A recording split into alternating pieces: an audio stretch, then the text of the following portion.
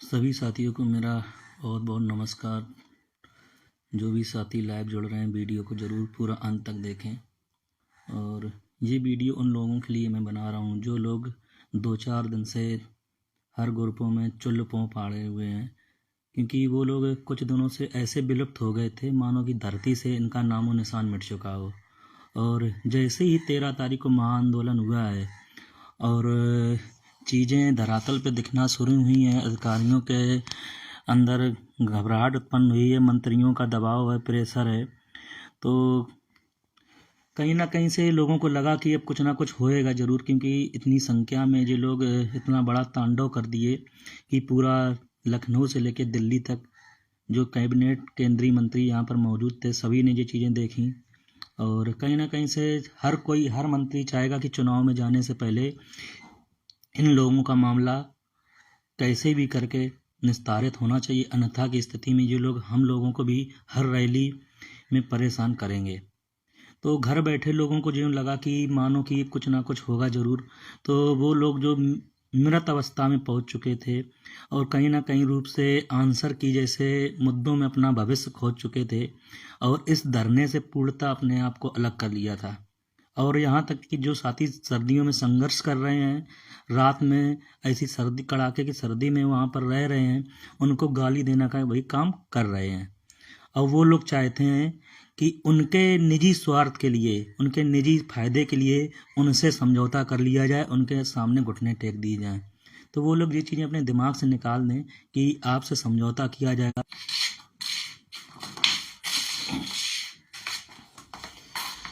जैसा कि समझौता अगर होगा तो सिर्फ एक चीज़ पे हो सकता है कि 6800 प्लस उसके ऊपर आप कुछ भी करवाना चाहें करवा सकते हैं। उसके लिए हम लोगों की तरफ से कोई पाबंदी नहीं है, कोई हम लोगों से अवरोध नहीं होगा। लेकिन आप अगर ये चाहें कि उन 6800 चयनित साथियों का गला घोट दिया जाए जो संघर्ष कर रहे हैं जैसा कि पूर्व में हुआ था, तो ये गलतियां दोबारा नहीं दोहराई जाएंगी। जो शीर्ष नेतृत्व है उनसे भी मैं कहूँगा, जो भी साथी लड़ रहे हैं उनका किसी भी तरह से नुकसान नहीं होना चाहिए, किसी भी एक साथी का। और जो साथी घरों में बैठ के और सपना देखते हैं कि मेरा एक समय था कि थर्ड काउंसलिंग में इनका होने का इनको दिख रहा था कि हमारा हो जाएगा, तब ये लोग धरने से, और इन्हीं लोगों का कहना था कोई भी आरक्षण घोटाला नहीं हुआ है। जब इनका थर्ड लिस्ट में नहीं हुआ तब ये आरक्षण घोटाले में शामिल हुए और ये आरक्षण घोटाले के लड़ाई में शामिल होके ये अपना मुद्दा उठाने लगे। जैसे ही आंसर की में इनको फ़ायदा मिला, आंसर की में ये लोग सपने सजोने लगे और संघर्ष कर रहे साथियों को गाली देने लगे। लखनऊ में रह के लोग धरने में और किसी भी प्रकार के संघर्ष में शामिल नहीं होते हैं, वहाँ पे रह रहे भाइयों का कभी हाल तक लेने नहीं आते हैं। और अब वो लोग चाहते हैं कि हमसे समझौता कर लिया जाए। क्यों? क्योंकि उनकी एक सीट उनको मिल जाए, बाकी पूरा समाज दलदल में चला जाए, पूरा समाज मर जाए, उनको कोई फ़र्क नहीं पड़ता है। तो मैं चाहता हूँ कि ऐसे लोगों को एक साइड ही रखा जाए तो ज़्यादा सही है। वो लोग स्वतंत्र हैं, जाएं अधिकारी से मिलें, मंत्रियों से मिलें, जहाँ से समझौता करा सकते हैं, अपना फ़ायदा करा सकते हैं, अपना फ़ायदा कराएं जाके। और ऐसे लोगों से समझौते के लिए मैं तो बिल्कुल एग्री नहीं हूँ। और बाकी हमारे जो शीर्ष नेतृत्व हैं वो जैसा चाहें उसके लिए वो भी स्वतंत्र हैं।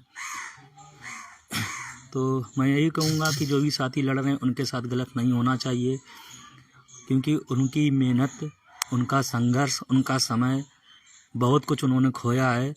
और मैं चाहूँगा कि उन लोगों के साथ किसी भी प्रकार से गलत ना हो, क्योंकि उनका दुख दर्द देख के मुझे लगता है कि मेरी नियुक्ति ना हो, उन भाइयों की नियुक्ति हो जाए जिन्होंने अपना घर परिवार लंबे समय से छोड़ रखा है और उनकी आर्थिक समस्याएं भी इतनी हैं कि वहाँ पर रह के उनकी चीज़ों को जान के आँखों में आंसू भर आते हैं और बहुत दुख तकलीफ़ होती है। मैं चाहूँगा मेरी सीट पर अगर किसी ऐसे भाई का चयन हो जाए कि जो लंबे समय से संघर्ष कर रहा हो, मैं अपनी वो सीट देने को गुणवान हूँ, मैं वो सीट देने को तैयार हूँ। लेकिन उन भाइयों का अहित नहीं होना चाहिए जो लंबे समय से संघर्ष कर रहे हैं। इतनी जरूर मेरी निवेदन है, विनती है सभी भाइयों से, सभी नेतृत्वकर्ताओं से, उन भाइयों के साथ गलत नहीं होना चाहिए, बस ये चीज़ ध्यान रखी जाए। इसी के साथ सभी का धन्यवाद। जय हिंद, जय भारत, इंकलाब जिंदाबाद।